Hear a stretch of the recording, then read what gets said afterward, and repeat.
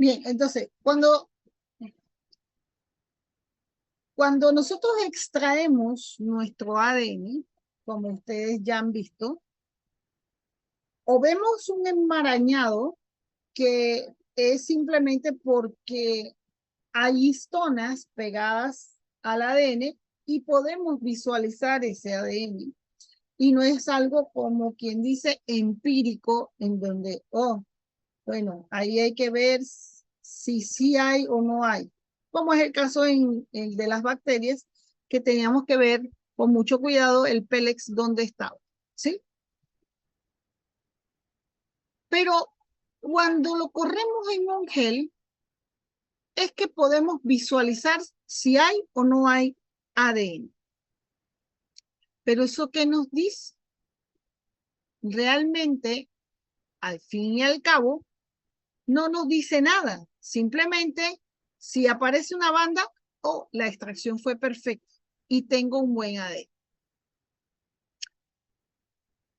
Para poder seguir, tenemos que ir al siguiente paso, que vendría siendo la amplificación de esa PCR.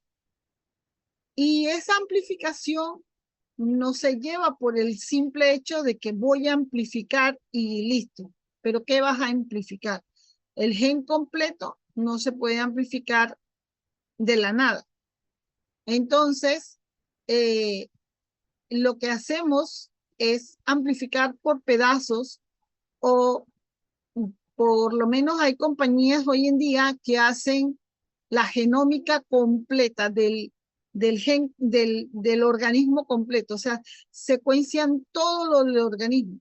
Ah, entonces uno dice, ah, ahí está, eso es el genoma completo, pero supongo yo que eso ellos van secuenciando eh, hoy en día con las secuenciaciones que vamos a hablar más adelante, que son las secuenciaciones masivas de segunda generación, entonces van secuenciando todo el genoma.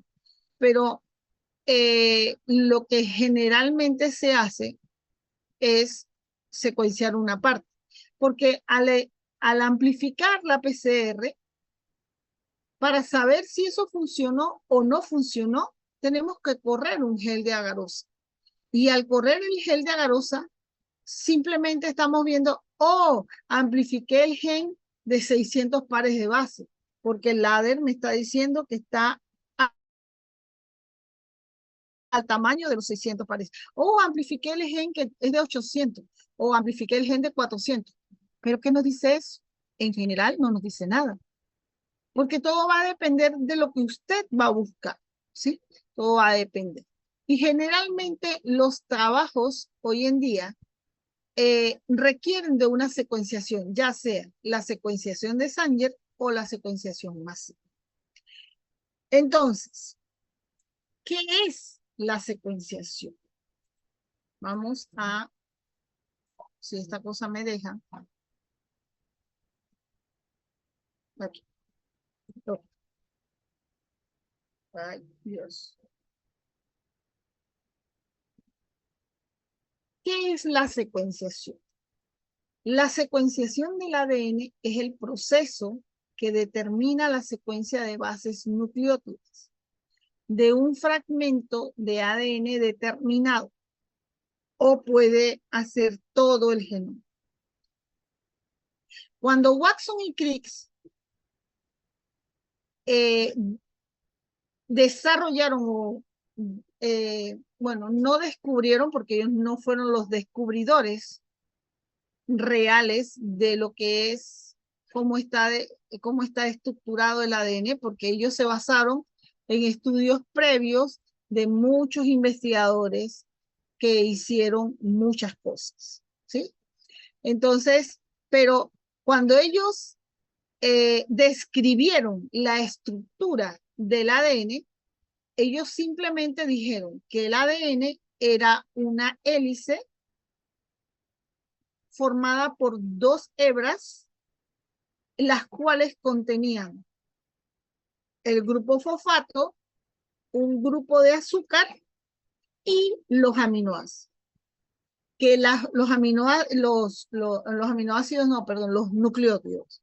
los ácidos nucleicos, y que cada ácido nucleico iba combinado una purina con una pirimidina. Pero el orden exacto, ellos no tenían ni la menor idea, puesto que puede estar, generalmente ponen adenina con timina y citosina con guanina. Entonces, si ustedes ven la estructura del ADN como la describieron Watson y Crick, tiene guanina, citosina, timina, adenina. Del otro lado, citosina, guanina, adenina, timina. ¿Por qué? Porque es una purina con una pirimidina para crear los puentes de hidrógeno, ¿sí?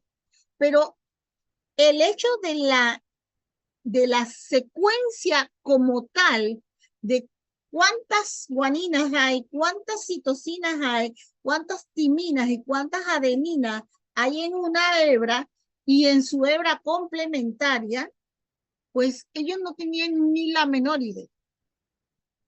Cuando estos señores, en la época de los 70, finalizando los 70, 1977 para ser exacto, los señores Maxman y Gilbert y Frederick Sanger, tres grandes bioquímicos, porque no son biólogos, sino son bioquímicos, o como son especialistas en bioquímica, pero son químicos en general, diseñan dos métodos de secuenciación.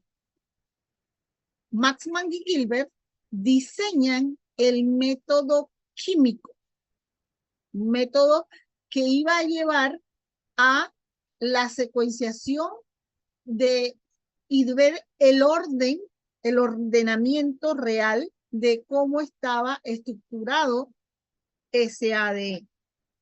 Por su lado, Frederick Sanger realiza al mismo tiempo otro método que le parecía mucho más eficiente y menos complicado, que es el método enzimático y que hoy en día aún se mantiene en funcionamiento, con algunas modificaciones, pero es básicamente su diseño. ¿Qué pasa con el método químico de Maxman y Gilbert? Pues el método químico resultaba un poco peligroso y realmente no duró mucho, ¿sí? Básicamente, casi nada más demoró como una década, puesto que de 1977 ya para finales de los 80 ya casi no se estaba utilizando.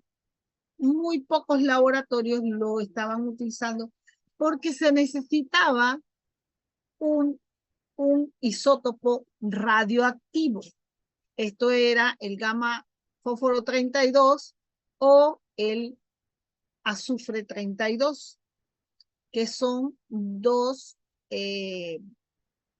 componentes radioactivos en donde probablemente mucha gente se enfermó al trabajar con estos.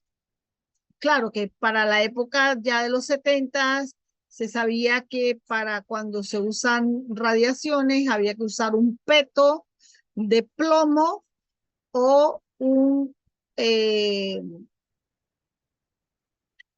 vidrio especializado que pudiera mantener la radiación lejos del investigador. Pero uno no sabe, siempre se puede filtrar por algún lugar radiación. Entonces, esto consistía en que los investigadores tenían un ADN, y para este tiempo todavía no se sabía nada de la PCR, hago constar. Así que usaban un fragmento, extraían un ADN y de ese ADN se le añadía se añadía en una reacción específica donde se añadían estos isótopos radioactivos que marcaban un tipo eh, de, de nucleótido particular, ¿sí? Entonces, en este caso, por ejemplo, este es un ejemplo de la utilización del fósforo 32, en donde las marcas que están aquí, que es guanina, por ejemplo, se marca en diferentes puntos y lo que le está diciendo a la secuencia es que hasta aquí ya no se va a secuenciar más, ¿sí? Porque ya es el resto es como un alto para decirle hasta aquí, ¿sí? Entonces, lo que se hacía es que un gel, se corría un gel de acrilamida, se preparaba estos geles, igual que la agarosa, como vimos la semana antepasada, lo que hacen es que son porosos igualmente porosos para permitir el paso de los fragmentos. Entre más pequeño corre más rápido, entre más grandes se quedan desplazados en la parte de atrás. Entonces, resultaba, estos geles de acrilamida no miden más de 3 milímetros de grosor y se cargaban. En esa época, los geles no eran más grandes, no se podía cargar más de 12 muestras. Y el gel duraba aproximadamente entre 7 a 12 horas, ¿sí? Pero esas 12 hileras o 12 hoyitos que se colocaban, eh, resultaba que 4 eran para un solo individuo, puesto que cada reacción con fósforo 32 o azufre 32 se hacía independientemente, una reacción por tubo, ¿sí? Y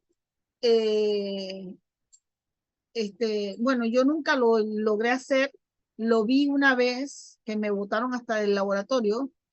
Llegó un postdoc que hoy en día es uno de los directores educativos de una parte, ay, no recuerdo bien el nombre, pero es como una parte, eh, me imagino que la parte como que dice académica es porque es para ver los diferentes proyectos que se integran en el Smithsonian, aquí en Panamá, ¿sí? Entonces hoy en día es el director, uno de los directores de allí. Y bueno, la cosa es que él llegó y decidió hacer un día, eh, consultó si habían todavía isótopos, parece que sí habían algunos por ahí dando vuelta, eh, y yo no tenía, pero ni el año todavía cuando hicieron eso, y me dijeron, sal de aquí, iban a preparar la reacción, y entonces el que era uno de los que eran mis instructores estaba haciendo la reacción, y luego se encerraban en un cuartito para hacer la corrida de estos geles. Y lo que hacían entonces, que en cada pocillo se depositaba un nucleótido, la reacción de un solo nucleótido, como ustedes ven aquí. Un solo nucleótido, ¿sí? Se colocaba aquí, otro nucleótido se colocaba aquí, otro aquí y otro aquí. Entonces, cuando teníamos espacio de 12 pocillos, simplemente se ponían 3 individuos. Pero esta reacción no daba más, si mi memoria no me falla, porque vi algunos cartapacios donde se leían y estaban los geles corridos, eh, no llegaba a más de 200 pares de base, ¿sí? Entonces imagínense cuánto habría que hacer o cómo harían los investigadores para correr 800 pares de base. O sea, para llegar a 800 pares de base, ¿cómo harían esos investigadores? Porque 200 pares de base nada más y ponerlo varias veces, me imagino, una reacción, la reacción se daba una vez y había que correrlo varias veces, esa reacción para ir corriendo. La verdad no sé cómo era el procedimiento, solo lo vi cómo lo hacían y luego para leer estos geles tenían que ser separados los vidrios con mucho cuidado, cosa que el gel quedara de un solo lado y luego se colocaba una plancha como lo que se usa hoy en día en la radiación, en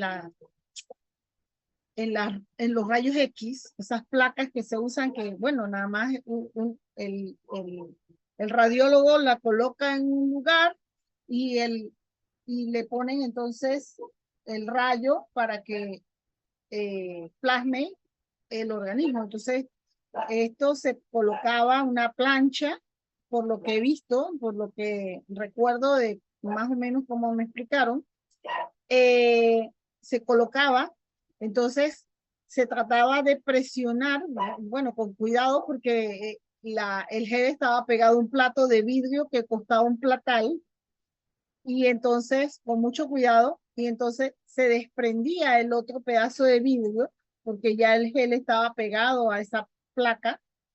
Entonces eso se le ponía a la otra plancha y que iba a estar, se colocaba en una, creo que era en una tina para darle unos lavados especiales, no sé qué sustancias, realmente no recuerdo si me dijeron cuáles eran las sustancias, y se colocaba en una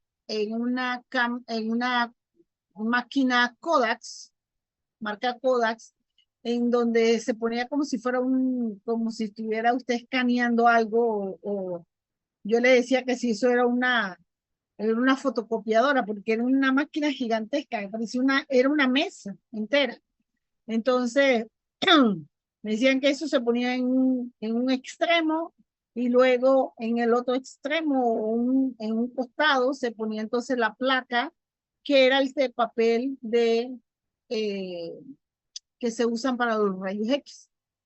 Luego que ya se había, o sea, se había plasmado en ese papel, igual como se leen los rayos X, se colocaba en una de estas pantallas con luz y allí el investigador tenía que sentarse un buen rato a leer banda por banda. Entonces, por ejemplo, aquí tenía que ponerse con una regla y colocar, eh, permiso.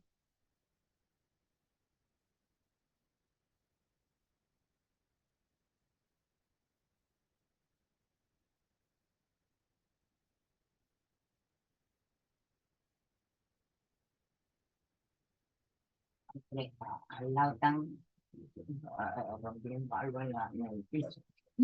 Sí. Denme un momentito, chicos, ya regreso. Un momentito, que está pasando algo allá enfrente de mi casa y no sé qué es. Entonces, eh, pues el investigador tenía que sentarse con una regla, perdón, una regla y indicar eh,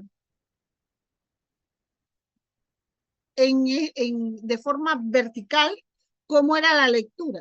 Entonces, de acuerdo a dónde estaba colocada la banda, no era que él iba a leer todas las G primero, luego las A, luego las T, luego las C, no, sino en secuencia.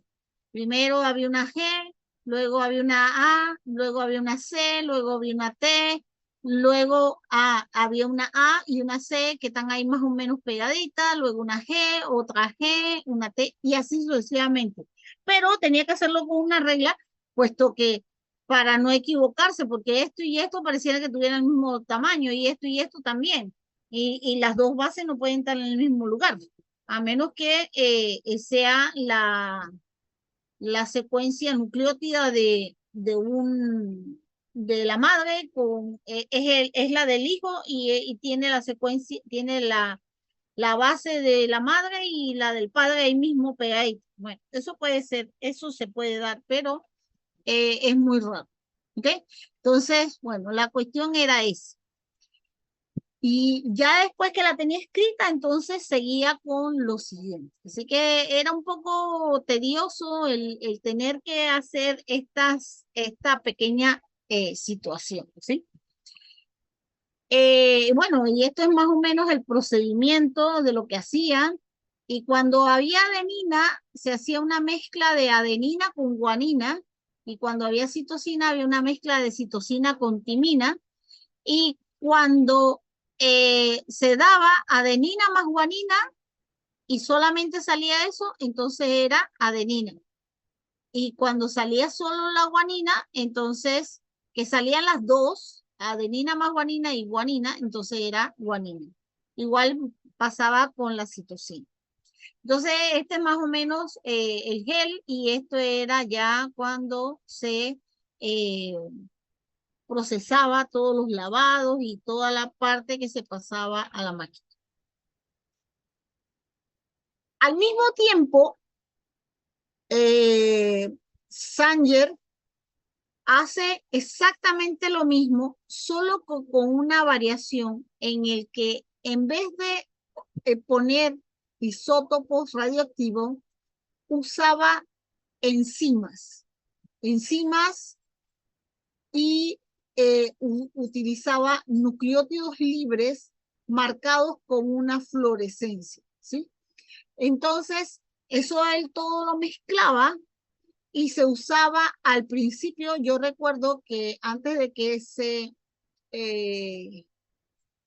la compañía Applied Biosystem, que le dicen ABI, hiciera su presentación de su kit de, de Big Die. Recuerdo que cuando yo llegué al laboratorio usábamos un compuesto que era fosfato, creo que era fosfato de manganeso, y se usaban otros componentes. Usábamos DNTPs, que son los nucleótidos libres, y usábamos otros que ya venían marcados y se hacía toda una mezcolanza y con eso se hacía la secuenciación. Pues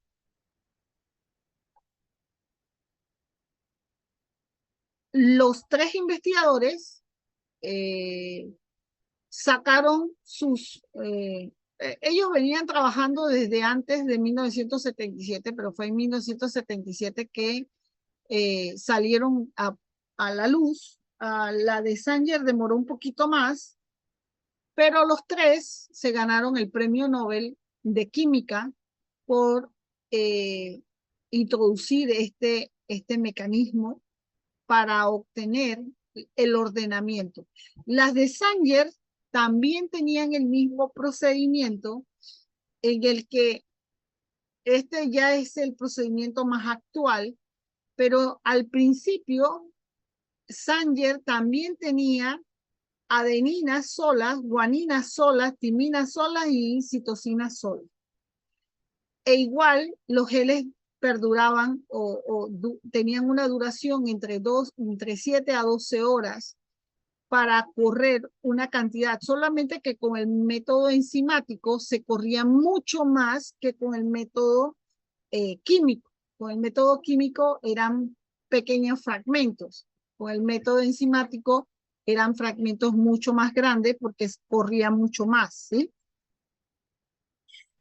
Claro está que cuando ya la compañía diseñó un poco más complejo, sacó al mercado su kit que contiene toda la información. Ahora más adelante lo vamos a ver. Eh, esto trajo mucho más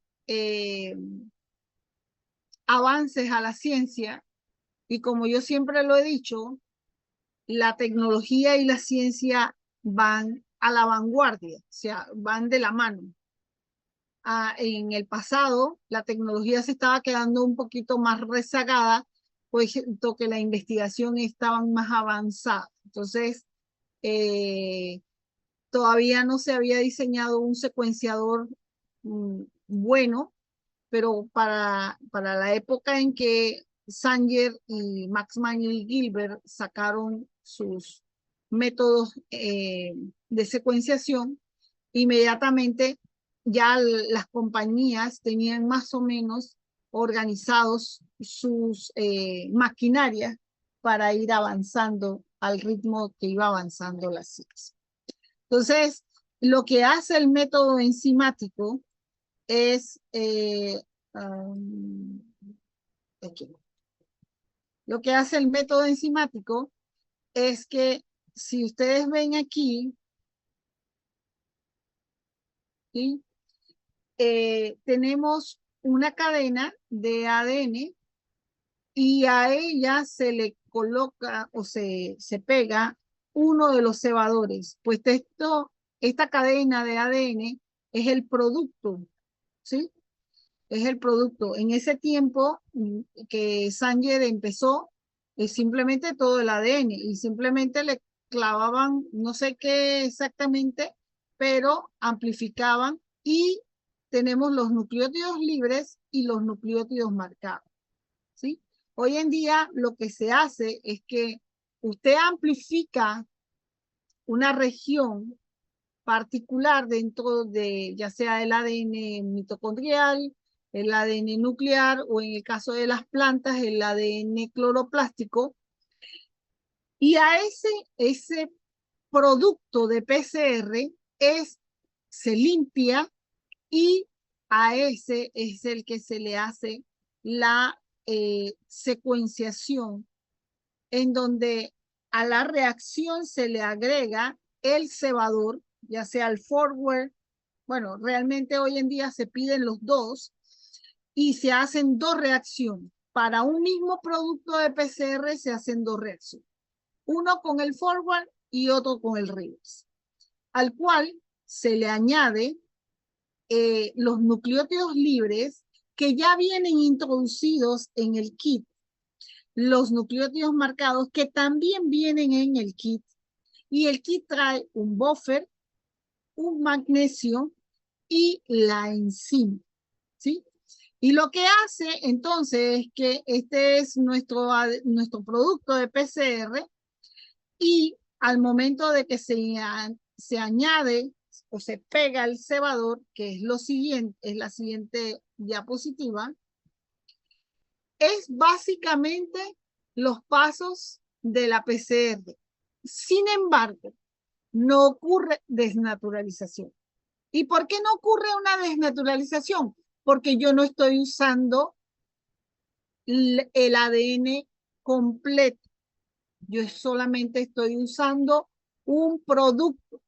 Por lo tanto, no hay una desnaturalización. Entonces, se puede decir, entre comillas, que la secuenciación es muy parecida o similar a la PCR. Sin embargo, no hay desnaturalización, puesto que tenemos un molde que es un solo fragmento, que puede ser una sola hebra, al cual se le adiciona un cebador, ¿sí? Ese cebador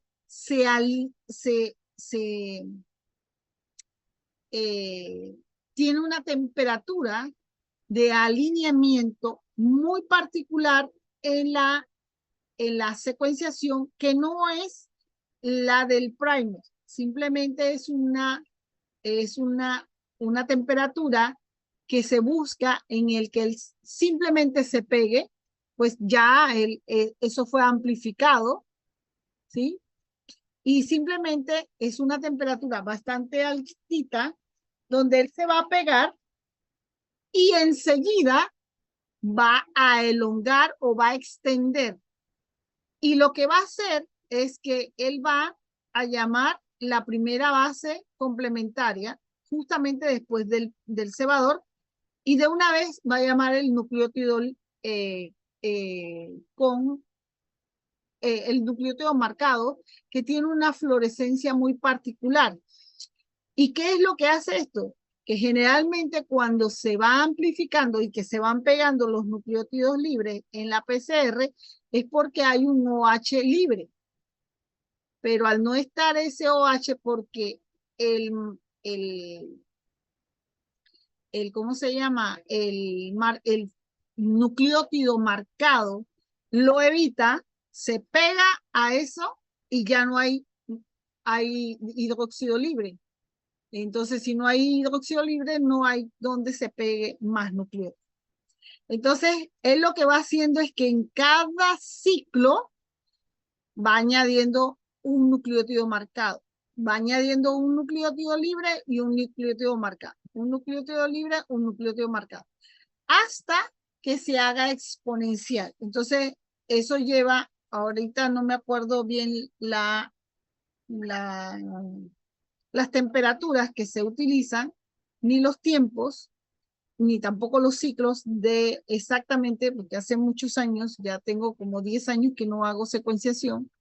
Entonces, lo que va haciendo es que se va amplificando hasta obtener todo el fragmento que se ha obtenido con un cebador. Y en la otra reacción se está utilizando el otro, se están amplificando, es decir, en el sentido de que se va pegando el nucleótido marcado hasta obtener todo el fragmento que se ha amplificado con la PCR. Entonces, cada nucleótido se le ha colocado una fluorescencia muy particular. La adenina contiene un fluorocromo de color verde y siempre usted que va a ver una secuencia la va a ver de color verde. La citosina es de color azul y es el fluorocromo más fuerte o que tiene más intensidad de todos. La timina siempre va a ser de color rojo y en el caso de que si fuera que estuviéramos amplificando ARN, entonces sería el uracilo que tendría el color rojo y la guanina contiene el color amarillo y es el de menos intensidad, ¿ok? El de menos intensidad en la secuenciación. Generalmente, y se los presento al final de la presentación, un gel, una corrida de un gel, de un secuenciador automatizado, y como el fondo es negro, el fluorocromo fue diseñado de color amarillo para que se viese con el fondo negro.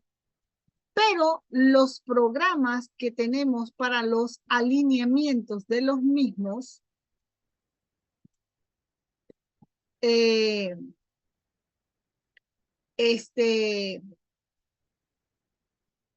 generalmente son de pantalla blanca. Y al tener la pantalla blanca, o mejor dicho, el fondo blanco, el amarillo en fondo blanco no se ve. Por lo tanto, siempre que ustedes vean una secuenciación, por ejemplo, en esta, no van a encontrar amarillo, sino negro, porque el amarillo no se detecta en un fondo blanco, ¿sí? Pero la guanina no es de color negro, sino que su fluorescencia es de color amarillo, simplemente que los programas se han diseñado para que cuando vean guanina, inmediatamente la pongan de color negro, ¿ok? Así que no piensen, porque si ven acá sí se puso de color y ustedes logran ver bien claro el amarillo. ¿Se nota? ¿O hay con mucha dificultad?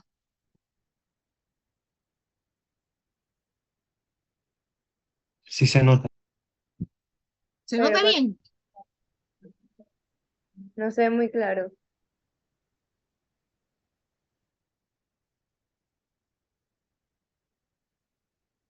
Eh, no se ve muy claro, ¿cierto? Porque es, en esta secuencia que es cortitita, pues si yo hago un poco de esfuerzo lo veo claro.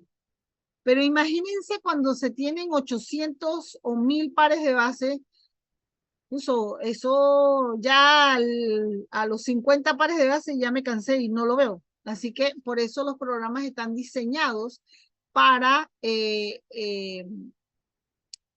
cambiar ese color del hacia el negro, que se ve mucho mejor y no causa tanto daño a la vista, ¿sí? Los programas están diseñados para eso. Y lo que, para que se vea esto, es que hoy en día se usan capilares, se coloca, la muestra realmente no se coloca desde arriba, sino que eh, la máquina succiona por medio de unas agujas hacia el capilar y esa muestra da una vuelta dependiendo del tamaño, de qué tan grande sea el capilar, si es de 36 centímetros o de 50 o es de 80. Entonces se estructura dentro de la máquina este capilar y al ponerlo, la muestra va a pasar, va a dar ese rumbo y cuando llega a la altura del láser, este es el láser reconoce el fluorocromo y lo detecta o envía la información al detector, a un detector que tiene, y este detector manda la información, aquí no está, está en la otra diapositiva, en esta, ¿sí?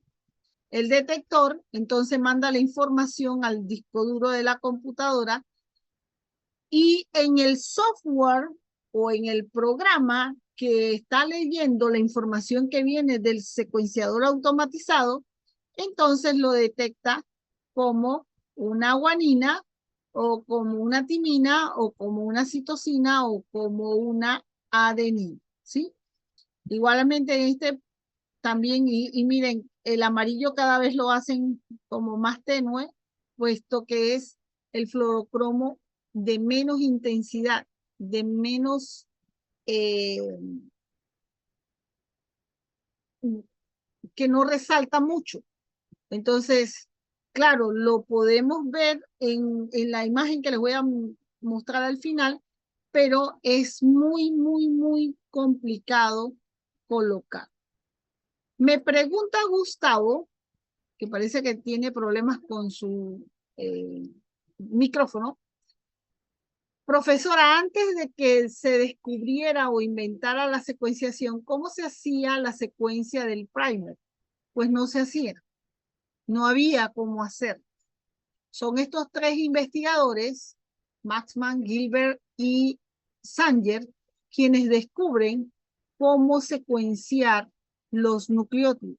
Puesto que antes, en la época, incluso en la época de más atrás de Watson y Crick, lo que se hacía era extracciones de ADN para detectar proteínas directamente. Eso era lo que se veía y se analizaban datos de proteínas, pero no se llegaba al análisis puntual de cuál era la secuencia exacta de esa proteína y de dónde venían, puesto que según el código genético, cada 3 nucleótidos lee un aminoácido y la secuencia de esos aminoácidos hacen o me dan a entender cuál proteína es la que se está, si es una proteína primaria, secundaria, terciaria, cuaternaria, e incluso dicen que existen proteínas quintuarias, ¿sí? No son muchas, puesto que el profesor de bioquímica en la maestría solamente nos comentó acerca de dos, ahorita no recuerdo cuál era el nombre, tendría que ir a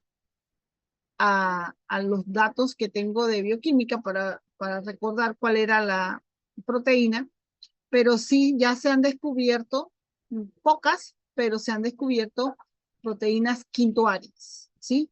Entonces, estamos llegando a un punto en que estamos viendo proteínas aún mucho más complejas, ¿sí? Pero eso es lo que se veía a inicios de todo esto, de inicios de siglo o mediados del siglo. Simplemente no sabían que existía ni siquiera cómo se hacía un primer. Eso, no sabían cómo diseñar un primer. Eso se vino a conocer mucho después, ¿sí? Y realmente creo que en el caso de Sanger, igual que Maxman y Gilbert, ellos tampoco tenían cebadores. Ellos simplemente el ADN completo extraído, que ya se sabía cómo hacerlo, utilizaban esto y colocaban sus enzimas o su isótopo radioactivo y se lo colocaban a la secuencia y simplemente secuenciaban. Y por eso en cada uno ejercía, para un solo individuo tenían que secuenciar por separado, porque eran 4 tubos distintos para eh, poder encontrar eh, la secuencia de ese individuo o de ese ADN que estaban tratando de hacer, ¿sí? Entonces, no existía. Ya para inicios de la década de los 80, es que Kary Mullis descubre o desarrolla la técnica de PCR, que entonces sí lleva a la utilización de un primer, y es él también quien diseña los primers para poder, ¿cómo lo hacen? No lo sé, eso sí que no lo sé, habría que, lastimosamente ya no está presente como para poderle.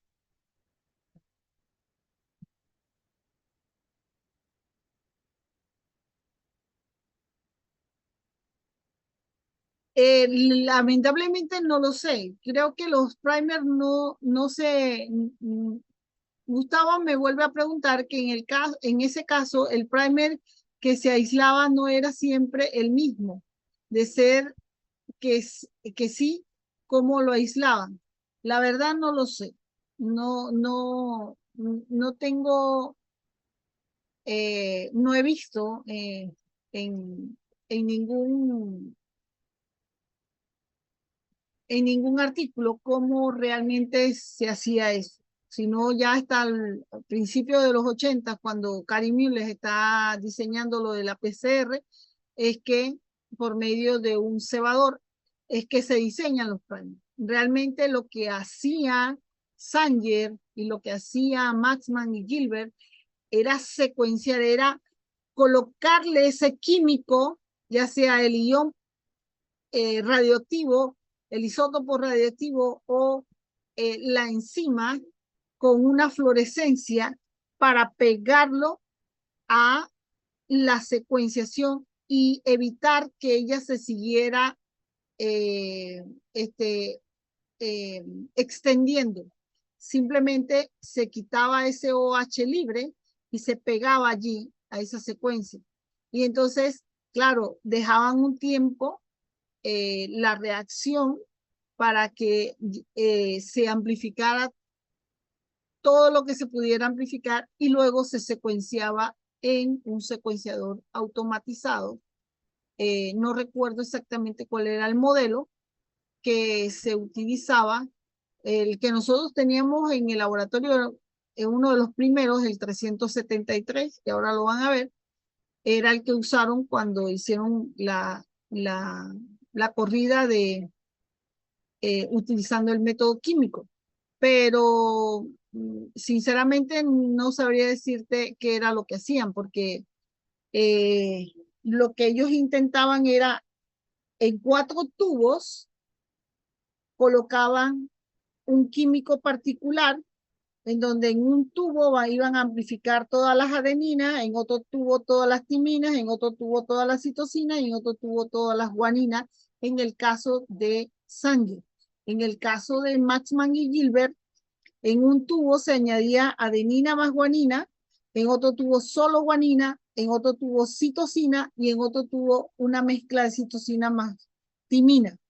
¿Cómo lo hacían? La verdad, eso sí que no te lo podría decir porque no estuve allí presente y los artículos que hablan sobre esta información, pues no lo dan con detalles. Y solamente hay imágenes en el internet que ponen 4 tubitos, pero realmente no lo explican cómo realmente se daba este proceso. Pero no existían los primers. Los primers que son los que flanquean la región que requerimos hoy en día para amplificar, ¿sí? Entonces, es un proceso bastante,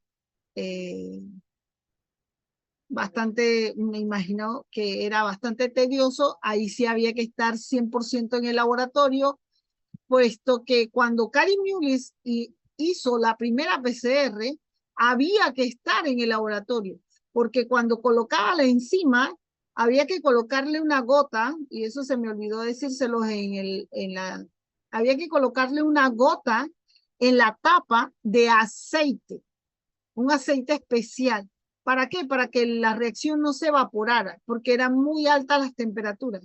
Y no había un termociclador, habían bloques que se ponían a ciertas temperaturas, entonces el investigador tenía que estar ahí. Bueno, voy a poner el bloque a 95. Hay que activar la enzima en tantos minutos. Bueno, tengo que estar ahí pendiente y estar con el reloj. ¡Ting! Toca, vamos a ponerlo, tiene que estar 20 segundos más. Y a los 20 segundos, ¡fups! Vamos a cambiarlo al siguiente. Pero cuando llegaba al de extensión, que iba a ponerlo nuevamente en el otro, en el caliente, tenía que colocarle nuevamente aceite porque el aceite se iba desgastando y se podía evaporar la reacción. Y entonces, si una PCR te duraba 2 horas, estar 2 horas cambia, que cambia, que cambia. Eso era un trabajazo. Ahora no, ahora tú colocas, haces la reacción que te puede tomar, depende de la cantidad de muestra que tengas y la agilidad que tengas, pues te puede tomar media hora, como 1 hora, y luego simplemente se coloca en la máquina que ya la debes de tener programada anticipadamente y listo. Solamente le pones el botón de tapas, cierras bien y le pones el botón de start y listo. 2, 3 horas que demore la PCR, te pones a hacer cualquier otra cosa que tengas que hacer hoy en día. Pero antes no, antes el investigador sí tenía que estar ahí pendiente de cómo ir moviendo de un lado a otro, porque no había un termociclador. Los termocicladores se diseñaron justamente después de que Harry Mullis desarrolló o diseñó la técnica de PCR. ¿Sí? Entonces, es un proceso bastante largo, bastante tedioso, pero permite aquí, pues, cómo funciona la secuenciación, más o menos ya se las he explicado, qué es lo que hacen y qué es lo que lo pueden leer cuando gusten, lo tienen ya en el team, ambos grupos. Entonces, este es el químico que hoy en día se utiliza.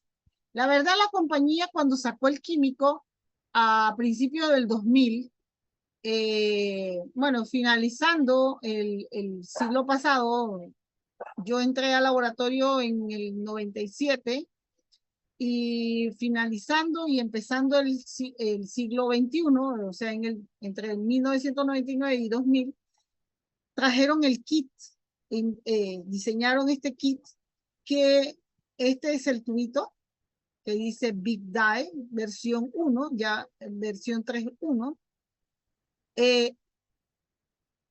Ese tubo, cuando tiene líquido, viene de color rosado y hay que evitar que esté en contacto con la luz, porque donde haya contacto con luz, reacciona y se pone tal cual lo ven aquí. Aquí está el líquido, transparente, y ya eso no sirve para más nada, porque los nucleótidos marcados que están aquí ya no están marcados. Ya, por eso es que el color es como un rosa vieja, más o menos, ¿sí?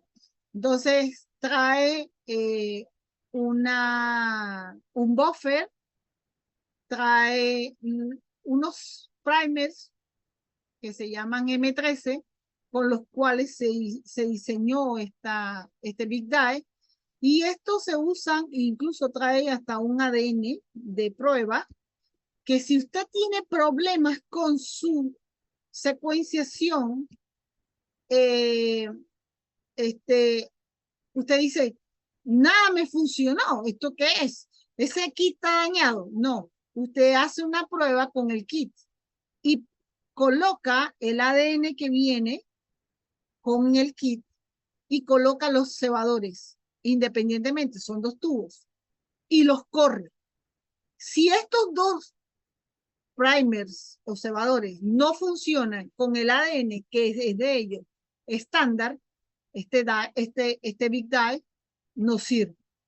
¿Sí? Digamos, usted llegó y abrió fue el primero que abrió el kit, utilizó y sus secuencias no funcionaron. Usted hace una corrida con estos, puede hacer varias, y resulta que tampoco funciona. Entonces, la compañía, usted tiene que hablarle a la compañía que el kit no funciona.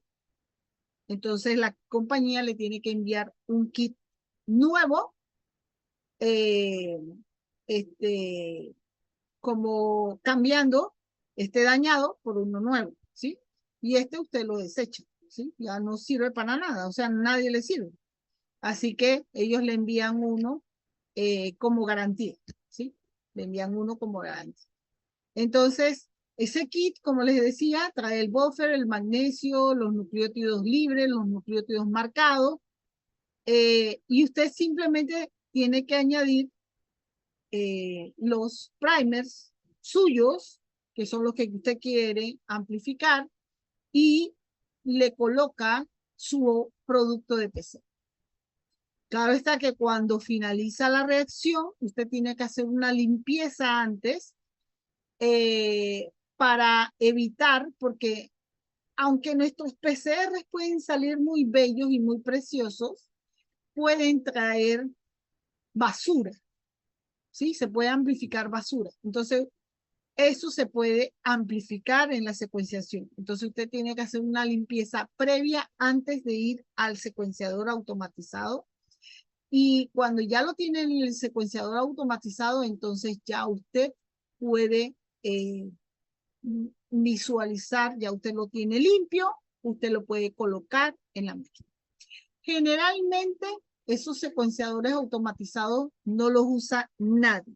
Se entrena un personal especializado, o mejor dicho, se entrena un personal que va a ser el encargado de correr las muestras, porque entre más manos le metamos a un equipo, menos funciona, porque uno lo hace más rígido que otro, el otro lo hace de una manera muy distinta y pueden dañar el equipo. Y lo recomendable de la compañía es que sea una sola persona, o por lo menos de cada laboratorio, si hay muchos laboratorios, tengan una persona que sea la que corra el equipo. ¿Qué sucede cuando la compañía mandó por primera vez y ellos lo tienen como un estándar? Uno tiene que usar, esto nada más vienen 800 microlitros, ni siquiera 1000 microlitros, viene 800. Exactito. ¿Y qué decía la compañía? La compañía decía que para cada muestra había que usar 8 microlitros. bestia. 8 microlitros son nada más 100 reacciones. Eso, para lo que costaba, $800 equivalía a que cada reacción costaba $8. Y eso era mucho dinero. Cuando en un laboratorio como el que yo estaba, que habían casi en esa época, habían 45 personas, 50 personas. Lo mínimo que tenía el laboratorio eran 30. Entonces, ¿cómo íbamos? Y todos estaban secuenciando, ¿cómo íbamos a hacer con solamente 8 microlitros que había que agregarle a cada reacción? Sin ánimos de darme bombos y platinos, yo me hice muy experta en el laboratorio en la parte técnica. Y generalmente yo en 15 años, si tuve 5 o 10% de cosas que no me funcionaban, fue mucho. Y yo hice alrededor de unas casi 2000 PCRs y casi siempre tenía muy buenos resultados. Entonces, en ese entonces, mi jefa, que es la doctora Ori Sanjur, que la deben de escuchar por ahí en la televisión, hoy en día es la subdirectora de Smithsonian, ella me decía, porque ella era la lab manager del laboratorio, y me dice, delante de ellos, Mari, hazte una reacción, hazte una secuenciación con tus muestras. Y le dice a ellos, es que ella es mi estándar. Y ellos dicen, ¿cómo así? Dice, sí, ella es mi estándar. Ya van a ver por qué. Hazte una secuenciación y ve variando la cantidad de ADN, de ADN, no, del reactivo. Entonces, yo hice una reacción de 8, una de 7, una de 6, una de 5, una de 4, una de 3, una de 2 y una de 1. Para los dos cebadores, ¿sí? Y la reacción en total debía ser mínimo 20 microlitros. O sea que donde yo iba bajando, la reacción, si no me equivoco, era 8, había que ponerle una cantidad de el buffer, el primer tenía otra cantidad y agua. Y en las cantidades, lo que le iba quitando al Big Dye se lo tenía que añadir de agua, pero el primer o el cebador y el buffer sí se mantenían igualitos. Entonces yo tenía que ir variando, ¿no? Resulta que hago todo porque los chicos estaban allí, yo llegaba súper temprano al laboratorio, me podían decir a las 9 de la mañana y yo a las 12 ya yo tenía las cosas. Y ellos siempre se pasaban toda una semana ahí entrenando a la gente y esto que lo otro. Entonces, yo a las 12 tenía ya mi reacción lista, hago mis limpiezas. Después que procedo a hacer la limpieza. En ese entonces usábamos unas columnas que se llamaban columnas de Cefadex, que también eran porosas. Se mezclaba un polvo creo que era en agua, se mezclaban bien y se depositaba una cantidad en unas columnas especiales y después de una cantidad de tiempo que se dejaban como en reposo, luego se soltaba una tapita que estaba en la parte inferior y se dejaban que saliera el agua, toda el agua, y quedaba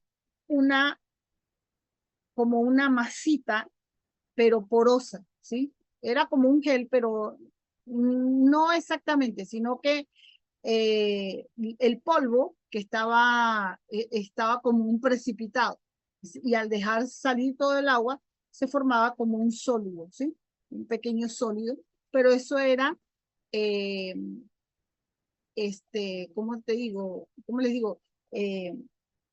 como, como poroso, en donde en ciertos puntos había unos huequitos, esos poros hacían unos huequitos que dejaban pasar el ADN y cualquier fragmento que se hubiera amplificado durante la secuenciación se quedaba, ellos lo atrapaban y bajaba solamente el ADN.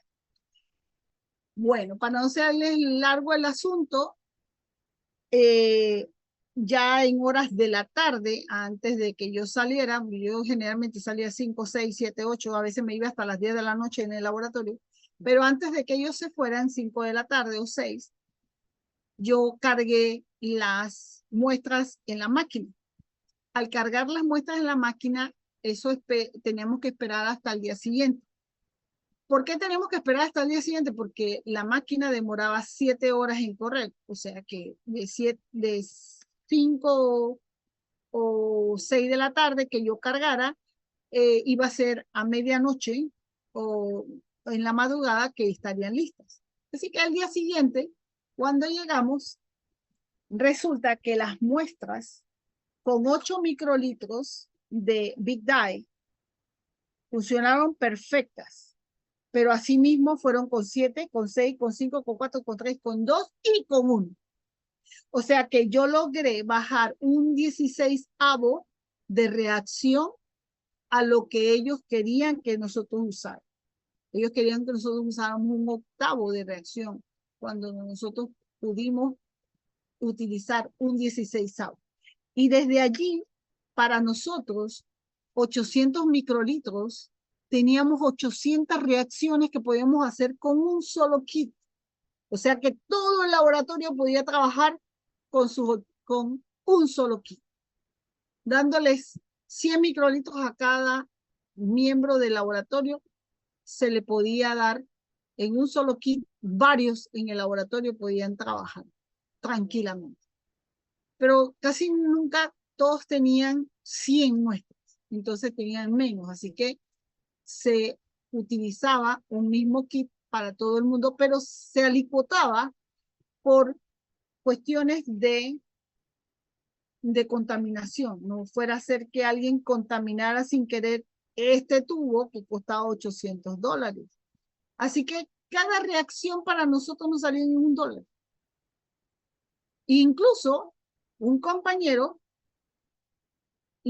pudo con sus muestras, solo con sus muestras, pudo llevarlo hasta 0.5 de reacción. O sea que él tenía todavía mucho más oportunidad de hacer muchas más secuencias.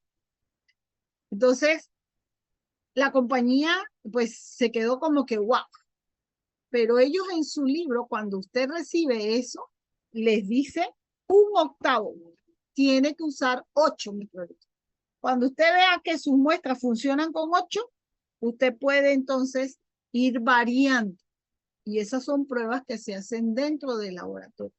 Eso no hace cualquiera, sino que tiene que ser alguien que tenga muestras buenas, ¿sí? Entonces, en mi caso, yo trabajaba con aves, siempre tenía buenas muestras.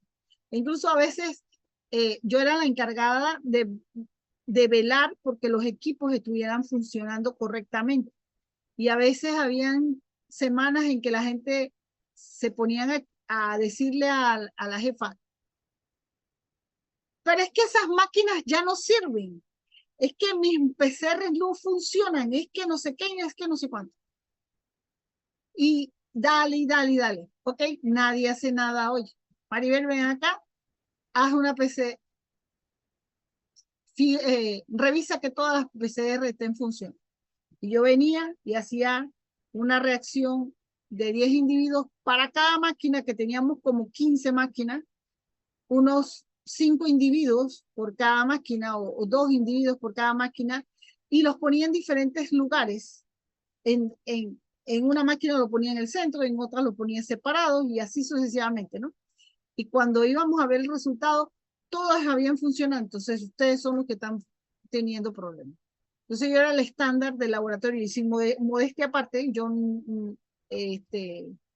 a mí siempre me han visto como lo mejor que existe, y me dice una compañera, bueno, ustedes la conocen, que la profesora Indira, me dice, qué suerte que por un lado, no es que, dice ella, no es que me sienta feliz que le había pasado esto de que las muestras no hayan funcionado, pero usted es la que tiene más experiencia. Entonces, si a usted no le funcionan, ¿qué diremos nosotros que no tenemos experiencia? Entonces, bueno, esos son partes de y cosas que suceden. A mí me pasaron muchas cosas y las resolvía en el camino y tenía gente que me podía ayudar en el camino, como qué cosas podía sí y cosas que no podía sí. ¿Sí? Bueno, lo que es un cromatograma, que lo vimos desde un principio, es simplemente un gráfico que arroja el programa de secuenciación al momento que él captura, el detector envía la señal al programa y el programa eh, lo, lo, lo, ¿cómo sería la palabra? Lo arroja o lo muestra como un pico. Cuando los picos son así, son claros, es una excelente secuenciación. Pero cuando los picos están como muy por acá abajo, muy feos, como muy que no se distingue una guanina de una citosina o de una timina y todo está revuelto, esa secuenciación no sirve para nada. ¿Sí? Entonces, eh, un poquito de historia en cuanto a cómo han variado los secuenciadores automatizados hoy en día.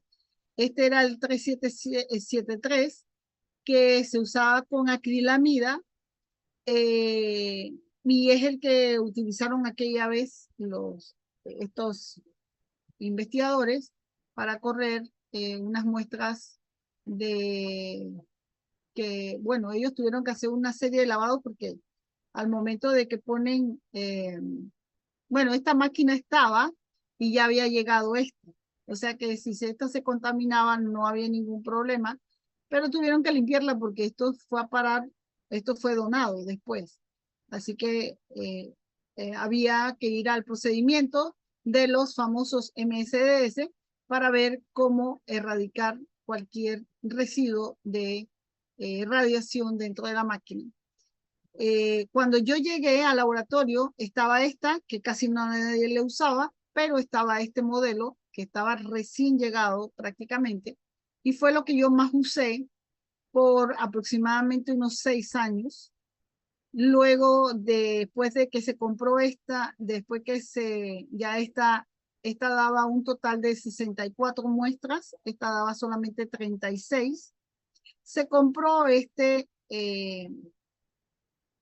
secuenciador automatizado que esto se levanta y adentro tiene un brazo robótico y el brazo era el que cargaba las muestras. Uno colocaba el plato en un lado, el gel en otro y habían huequitos muy finos, muy pequeñitos, que entre dos agujas que habían 3 más. O sea, para que entiendan más o menos cuánto equivalía, como 1 milímetro cada,